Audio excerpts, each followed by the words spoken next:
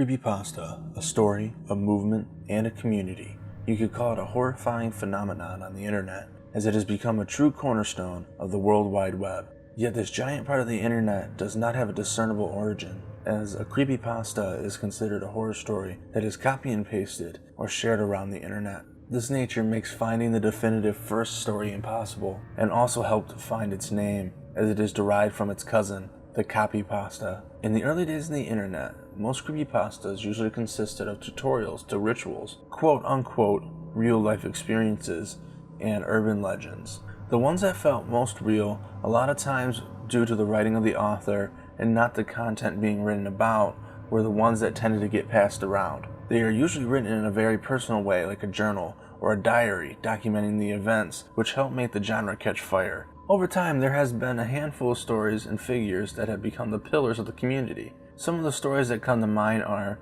1999, The Dating Game, Polybius, Where the Bad Children Go, Pokemon Lost Silver, and Abandoned by Disney.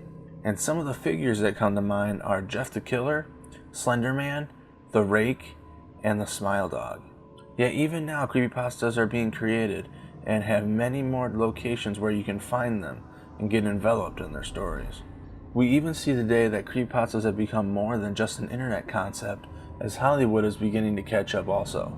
The release of Slender Man in August of 2018 is proof of that, as that even they are trying to make money off the prominent internet community. Though not all publicity is good though, because the creepypasta community was thrown center stage after a disturbed young girl attempted to commit murder to impress the same fictional creature in 2014. Even with her being a radical outlier to the community, it definitely brought the creepypasta phenomenon to the forefront due to the grisly nature of the attack. I do have some previous knowledge on creepypastas myself, as I have gotten interested in them into the past. Just recently though, I have found myself getting enamored once again. So I thought since I was going to take this journey, I should take others along, show them my analysis, and see what horrifying experiences I could find and share.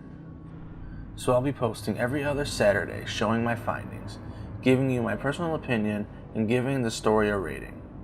The rating system that I'll be using consists of must read. These are the best stories. They'll send chills down your spine and have you checking over your shoulder while reading.